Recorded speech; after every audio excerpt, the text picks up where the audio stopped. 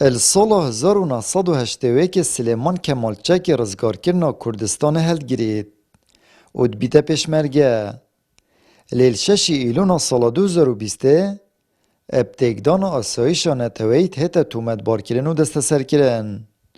و بریار الپنج تیرمها اف سال بهت دادگه کرن. زارو انوید بجن هر کسک دل دستالات نبید اود ابتگدر و سیخور و تیرورست هتب ناف کرن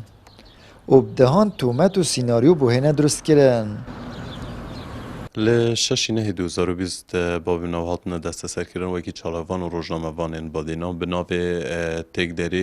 تگدری و تگدان امنا قومی کو باب من سلیمان کمال ایکل پیشمرگه درین شورش گولان بوید تو من تاوان جی تگدان امنا قومیه کو به هیچ شیوه کی من گو دوباره جی کم پیشمرگه کی کو تمن خو و گنجاتیا خو لسر وی آخه دانا بیتن افروکه آمادنی نه خیانت قومی و تگدان امنا قومی خلک خوب بکتن چونکه هر او بینه بر همی خوینه و با اف حکمت هاتیه سر دستالات الهرما کردستانه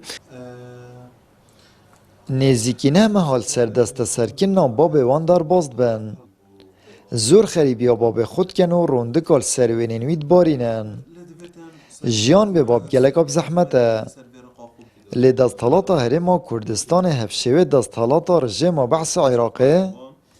دوباره بوینه اگر زاروک و باب جگ دیر کبن. مثلا دانا یو این کرد جبال هزین چکدار و امهاتین دست بسر کردن و لساعت نه صبح و تا هفته مغرب 21 کس امد انفرادی دا کرین نظام حکومت هرم کردستان همین ریک که برما گرتی که داخازا ما فکر کارین خوب بکن یا داخازا دیاری کردن دادگاه هوام بکن یا که پاریزر بشن کسو کارین ما ببینن. سویست سلیمان که جایی جگرتیم بعدی نه بموینه هیوا با مهاتیه گرتن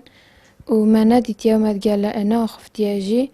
ام گله که جی خریبی نه هیوا من ندیدی آمد گله نه آخفتی